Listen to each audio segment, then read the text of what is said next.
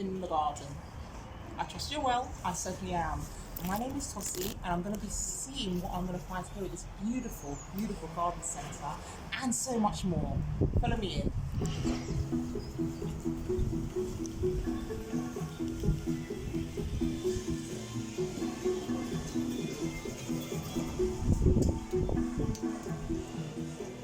One of these hanging from your ceiling. That is cute. Spot for choice. We're gonna have a good wander around in here, and make some comparisons, perhaps, of different parts that I see. But this is an amazing centre. This is a treat. When I come here, you know it's a treat. So come and have a look what they've got available here. It's the colours and everything. Look how small this is.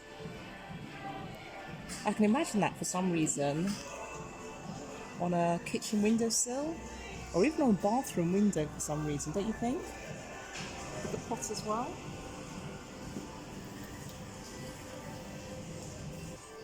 This is something I've never done before, and I think the purpose of these is to create the heat and the humidity in one of these. See that? Some moss. That's nice. Different ones here. I've never managed to do one of these, but that's definitely something I could consider.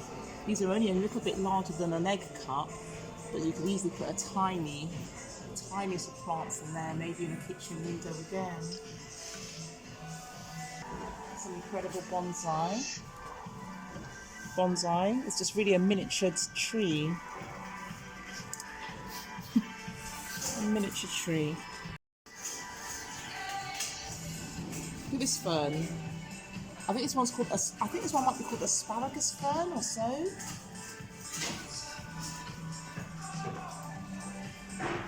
They've got just about everything. Now this is inviting. This one looks very edible. It reminds me of the kale I've got in my fridge. Wouldn't you agree? Do you eat kale?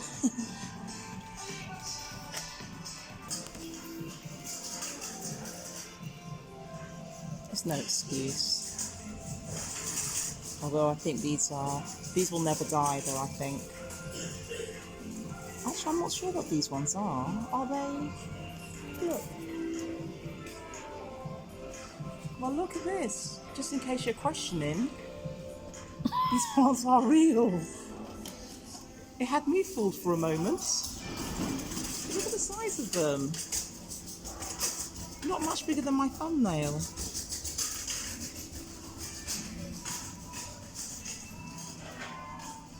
The detail in this one looks almost translucent somewhat. Look at this one.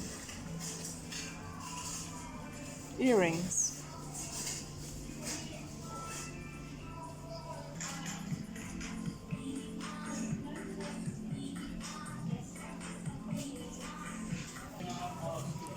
This can be very handy, or you could try and create your own, an old shopping bag.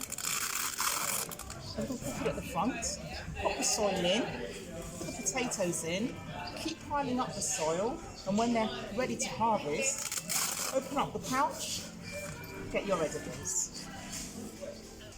Now you're talking, you're really spot for choice. And look, I've got my eye on something over here actually. Look what I can see. Wow, those are tall.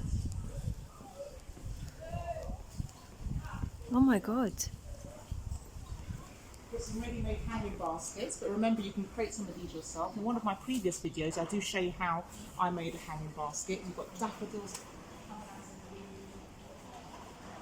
primroses. The colours at this time of year are just spectacular. All the different colours.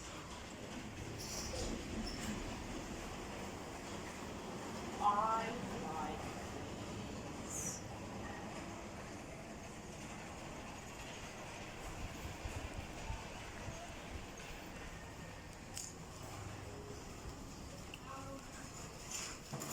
I'm going to give myself a challenge to make me one of these, for sure.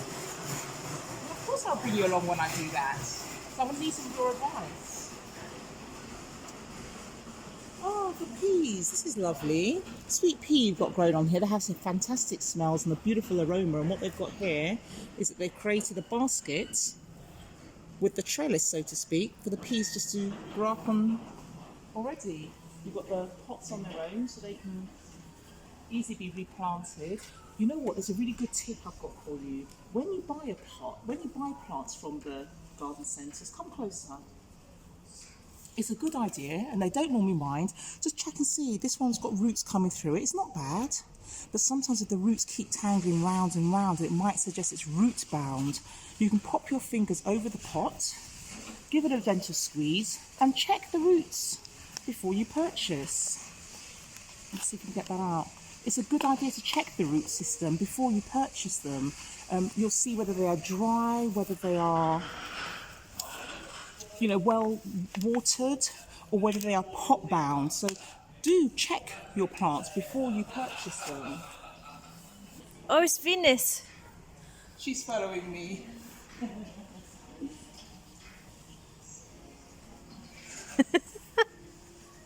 We've got forsythia. I've got one in the garden, forsythia linwood, and it's one of these plants at this time of year that are flowering. So have a closer look at some of the blossoms on that one there. You're going to start seeing this one flowering in lots of different gardens, so keep an eye out on this. And it's lovely because you've got the stems or the branches, and then you've got no leaves, you've got the blossoms, so they really do stand out. That's a nice one to have in the garden, and this is such an easy one to take cuttings from. If you cut it back and literally stick that in the soil, you've got yourself a brand new plant for nothing. What else is flowering at this time of year? It's a great idea to go to garden centres. Why? Because you can see exactly what would be happening at this time or at that time of year in nature. So go to garden centres throughout the year, in the spring, in the summer, autumn and winter, because it gives you an idea of what you can expect in your garden at that time of year as well. I've got here a magnolia. What's great about this one is that it doesn't grow to such a huge length as some of the other magnolias, but another wonderful thing about magnolia trees, they come in all sizes, all shapes and all different colours. A bit like the forsythia, the magnolia have their buds around this time of year, and they flower into beautiful flowers. So you see the blossoms way before you see the leaves. So I love having magnolia. I have a couple in my garden. I have one of these ones actually, Magnolia stellata, and I'll show that to you when I get back home. This one here is a great hedge or plant to have because it's evergreen, and its nickname is red robin. It's actually called Fortinia, but it's red robin, and it has these wonderful red leaves. When it starts, when it comes out of dormancy, you have these magnificent red leaves, and so you sometimes see it. There we go, and it's called red robin. You'll see that one growing with a beautiful red stem, and then the new shoots grow as red leaves, but then they will turn into darker green leaves as they mature.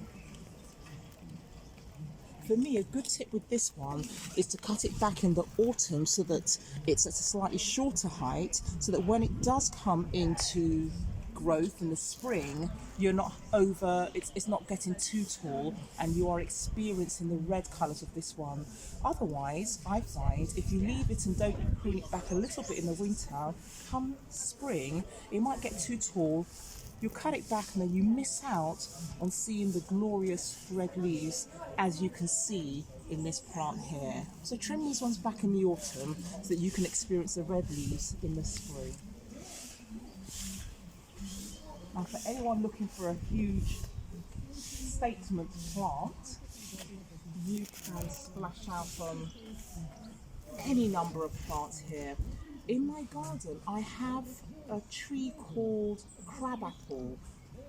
Can't remember the whole Latin name, but it's prairie fire. And you can have a look at one of my previous videos. I hunted for that in the whole of London, I really did, but it was these people here who were able to source that particular one for me, and I was able to purchase. And they do some real great statement trees and plants in this garden centre as well. Now, if you're looking for hard landscaping, like restructuring things, I'm not sure whether this is open to the public right now, but they do, normally have hard landscaping materials as well, such as wood and concrete and other aggregates as well. Here, we've got another early flowering plant.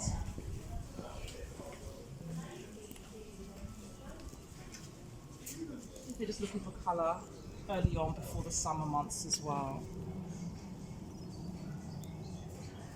So as I said, come out to the garden centres and see what there is available, see what is flowering at different times of the year, throughout the year. I think of a lovely place I could have that in my garden around a particular tree that I planted. So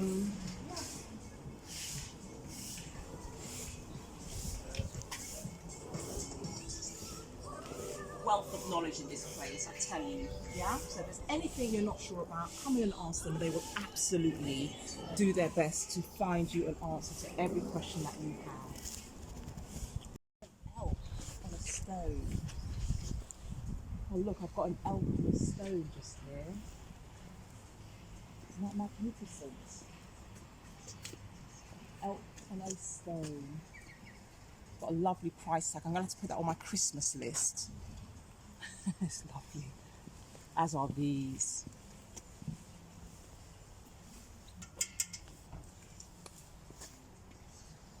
Handmade recycled aluminium. Wow, that's nice to know. That's nice to know. Recycled aluminium. That's lovely. I think I mentioned that before when I had that, the story about the bee. And I was saying, like, think about things that you can plant out early, that come into flower early. And a heather is another one. So that can be so resourceful for hibernating insects that come out early in the springtime. That's a pretty looking one. Yeah, so do keep in mind, all seasons, plants for all seasons. We've got here a big Acer, not sure which particular one. We've got Acer, could be Palmatum, I'm not sure. But it's lost its leaves now. But if you look very closely into the tips here, can you see that? You can see that although it's lost all its leaves over the winter, it is just beginning to show its new growth for the year. And then this will soon fill out and become a magnificent statement tree. There's lots of different hedging here. I've showed you this style of hedging in the garden. You can purchase them at all different sizes. So really, the more you pay, the larger the hedging. But be patient if you can. You can always take cuttings, just watch them grow yourself, so it can be very inexpensive. You've got the yew or English yew on this side as well. And this makes a lovely hedge because the branches don't get too thick, so it's a lot easier to cut with shears, or if you've got the electric cutting machines as well, it's a lot easier to keep under control. But the English yew, and I'll show you where I planted that in my garden, they make lovely hedges. Here we've got the garden buildings, offices. So who's needing a day room or a work at home room? A potting shed. An outdoor office, a lounge space, a kids' room. Bring the outdoors in, an extra space outdoors.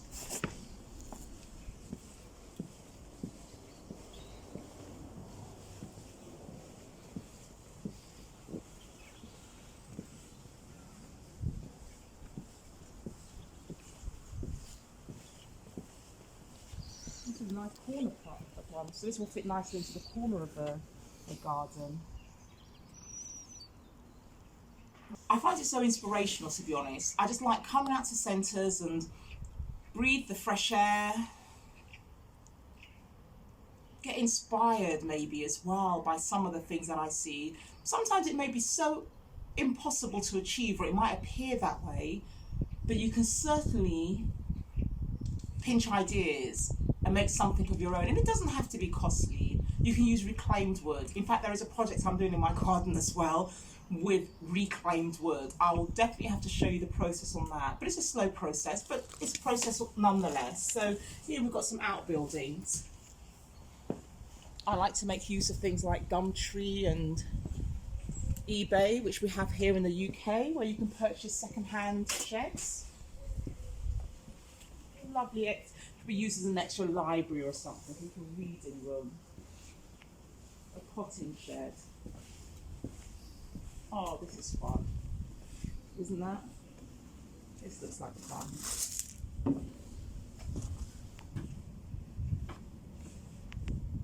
space where you, if you enjoy yoga, you could just use this as a small place where you spend time with yourself, your healing space. That's what this one's giving me, vibes of a healing space. You might have a garden, but you might just be going out and getting fresh air, which is great. Parks, local pathways, local areas, play areas, and you're going to start seeing, hopefully, bulbs that are beginning to shoot through. You've got a range of tulips here. You've got the daffodils as well. So keep a lookout to see what nature's telling you. These are so delicate. Look at them with their 3 petals. A snowdrop. Hardy as well, so even in the snow they can come through. So just plant some bulbs, and the good thing about bulbs is that they come back, they're perennials. So they will come back year after year after year. So it's really great value. Look at the colour here. It literally looks 3-dimensional with those beautiful orange colours on there. That's a great colour. I'll give you the name of this one as well. Let me give you the name of that one. I think that's really a lovely one. And it will come back year after year after year. That's a lovely one. So I hardly ever go home without a gift to myself. This has been good to me by buying myself a gift. And this, I think, might be something I just buy today and plant, but it will come back year after year. What do you think? Big or small? Which one do you think I should go for? That's just so beautiful, it is. Harmony. And I like the name of it as well. That's lovely. I'm sure I'm going to buy that before we go today. And then, finally, we're going to have a look at some edibles. So let's have a look at some raspberry canes, if I can find them here in the centre. Raspberry canes. There they are. Listen, big garden, small garden, kitchen, balcony, windowsill. If you've never planted anything before, start with herbs. Different sized pots. We've got rosemary here. You can take little sprigs of that and add that to your meals. We've got rosemary. And remember, what you're seeing is what is available at this time of year. Sage, a beautiful herb here again. I find that sage is just so hard to kill. I don't like to use that word. I have to look it again. No, actually, that was good. Okay, I find that sage is so hard to kill. Plant that once and you'll have sage for a long, long time. And all you have to do is snip out the edges, just snip out the leaves that you want, so just leave it growing. You've got thyme here. Some people say thyme. Thyme, again, a beautiful herb. You can take cuttings, pull off the small petals and put them in the freezer and just take them out and use them as you require. Different types. You've got the lemon thyme. All different types of thyme. You've got the ones that are crawling as well. Maybe you want to use this as a bit of ground cover in a particular area. So great, it's an opportunity to start growing your own foods. Let's have a look at something else that you can grow. Raspberries. They call these soft fruits. So something like raspberry canes. Once you've planted these, they will just keep growing, throw out new shoots. You can actually as well just take cuttings of these, stick them in the soil, and you've got new plants over and over again. But there's nothing more delicious than growing your own fruits as well. I have a few in the garden and I don't even have to take care of them. They take care of themselves. A great investment. So different types. And if you're worried about the thorns, nowadays they do thornless raspberries, and I do recommend those as well, especially with young people around. But I like the thornless raspberry canes as well. You've got red currant as well. Red currant. They've got black currant. We're in a garden centre, so you can hear everyone busy with their trolleys. I know you can hear the background noise. Those of you feeling a little bit more adventurous and might have a little larger space and have a bit of a larger space, you might consider being, for those of you being adventurous and might have a larger space, consider getting yourself grapes. You can see this sort of wax thing on here, and actually what it is, it's been grafted, and we'll talk about that on another series. So it's been grafted onto the root, but you've got grapes that you can grow as well, different ones. What have we here? I think we've got some gooseberries. Do you like gooseberries? Because I really do. They're a little tangy, but be warned, they do have big thorn-like prickles on them, so maybe it might not be suitable for people with young children. But I do like gooseberries. Do you like gooseberries? Oh, I've got to go around to the blackberries. An easy plant to grow. That said, you need to have some ericaceous soil for these. So planting these in the pot is a good idea because you would need to have a different type of soil for the blueberries. And as you can see, they are coming out of dormancy and just popping through as well. You can see that. Yeah? It's a nice idea to plant different varieties of blueberries in terms of cross-pollination. You've got black currants here. Again, if you just come a bit closer at this time of year, they don't look like much, but remember I told you all you have to do is just use your nail and scrape back and you'll see the green to show that that cane, though it looks quite dry, is alive and well. And you can see the buds just pushing through. Now making some beautiful berries. Black currants, or blackberries. I'm not sure about this one. I'm just looking at it. I don't recognise it just from the leaves. Okay, another variety of blackberries as well. This one is thornless. So I can tell from here that this one's thornless. So that might be great for someone. And they can be planted up in pots as well. That's great. Look at the colours on this. I'm sure that's hand finished. But these bug hotels, great ideas. Maybe for young people just getting to know and enjoy gardening and wildlife and outdoors, where beneficial insects can come and live and have a space as well. Robin nester. So if you're trying to encourage wildlife, then maybe give them a helping hand. Oh, that one's a robin. Yes, there's a wren here getting some. Oops, sorry. Sorry. Come on in, here it is. Yeah. Oh, really? Oh, will he feed from you? Will she feed from you? No, unfortunately. The other one did. Really? Oh, look. Breakfast time. Any for me? No, before you can have a milk one if you like. These are just perfect. They look as if they're biodegradable as well, but just provide a perfect home if you're trying to encourage wildlife in your garden. Look at this, yeah? I like this one too. Oh, look, with the slate roof. Different size holes and different shapes will encourage different types of birds in your garden. And then don't forget, for those of you perhaps with a space that can accommodate some birds' tables, we've got all different types. I'm not even sure what this one's for, but this one could be for doves or certainly larger birds, but have a look at the different ones, different sizes. And there's that one I showed you earlier on. Just hang that in a tree somewhere in the garden, and I'm sure before you know it, you'll have some residents in them. Zooming now, I think I found somebody nesting. I should approach quiet. There she is.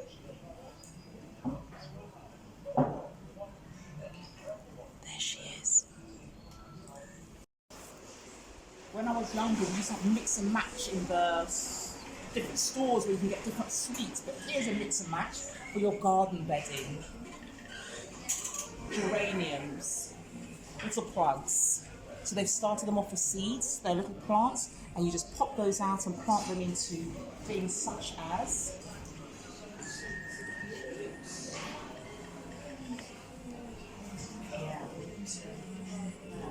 so grab yourself a tray and select your own plants. That's a great idea. I've never seen that done before. You've got all the details, but that's an excellent idea to get started in maybe window boxes or hanging baskets, but as a blank idea. There is a lot of noise around here, but I know you'll appreciate that these are people busy doing their shopping. That's a fantastic idea, and they will of course spread and grow.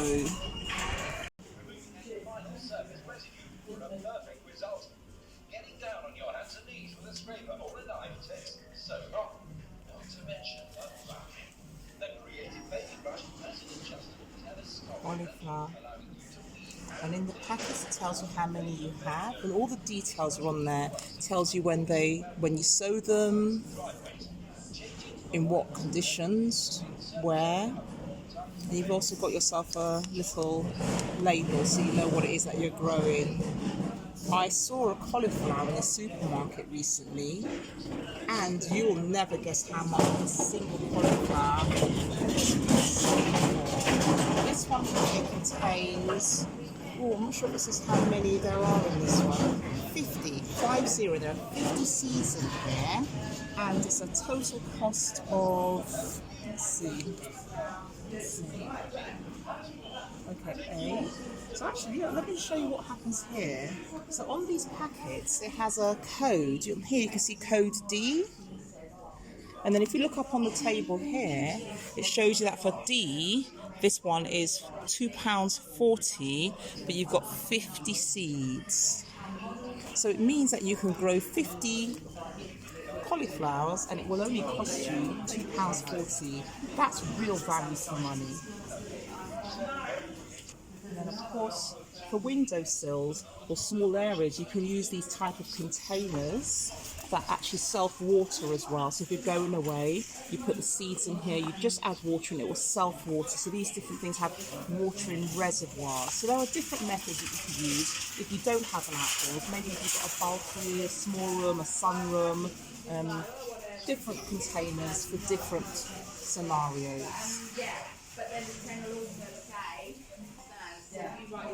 What I know for sure is that when children get involved in sowing seeds, they eat the food. So with the tomatoes is often a great one because they do grow quite rapidly. Well, not rapidly, but they do grow in sufficient time. So, and then when you see them, turning into the tomatoes, they really do encourage the children to want to eat them. You've got the large sizes. I mean, look at the different varieties of tomatoes that you have here. The cherry tomatoes, the yellow tomatoes. Oh, look at this unique plant. I've never seen anything like this before. The roots are all exposed. This is fantastic. This is something I've just never seen before. So I wonder if it takes its sources from the atmosphere, or whether this is a place for you to be able to soak and let the water be absorbed through the roots that way. But I'm definitely going to investigate this plant a bit more. The details here are, you know what, it says easy care. I'll just take that in case I do use that later. Easy care. $27.99, but very unique. I love that. Lettuce, different salads. Get a mixture of them, mix them up and put them in a growing medium, and you just cut and they come again. So just keep taking a few of the leaves out, and then you've got salads throughout the spring, summer, even as far as autumn, and sometimes even winter.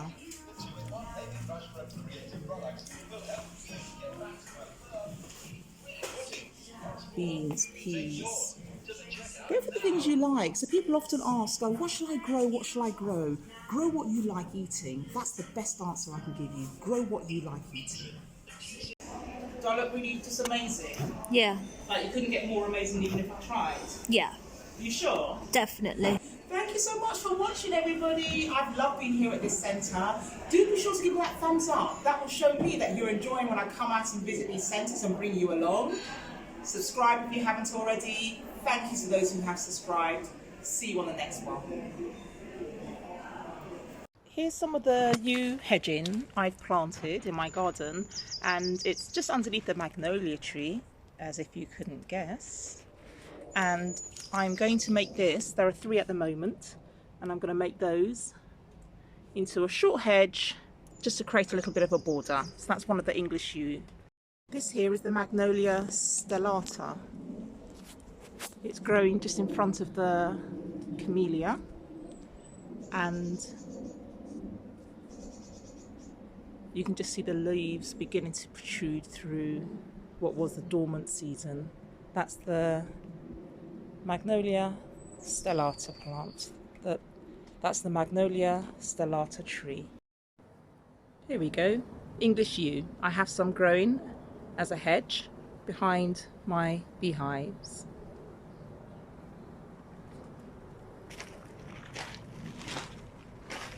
Evergreen can make a hedge of any height. English yew.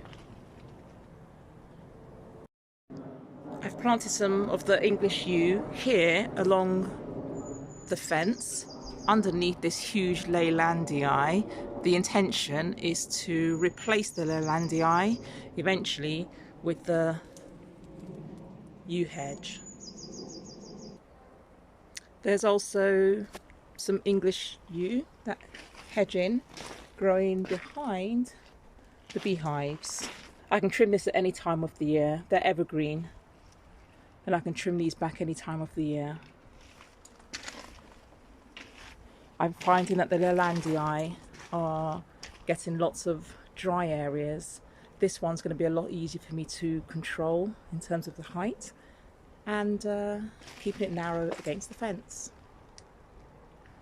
And finally, I've also planted some of that yew behind one of my favourite benches in the garden. And I'm going to use those to eventually replace the Leylandii that is growing. So that's it. That's my use of the yew hedging.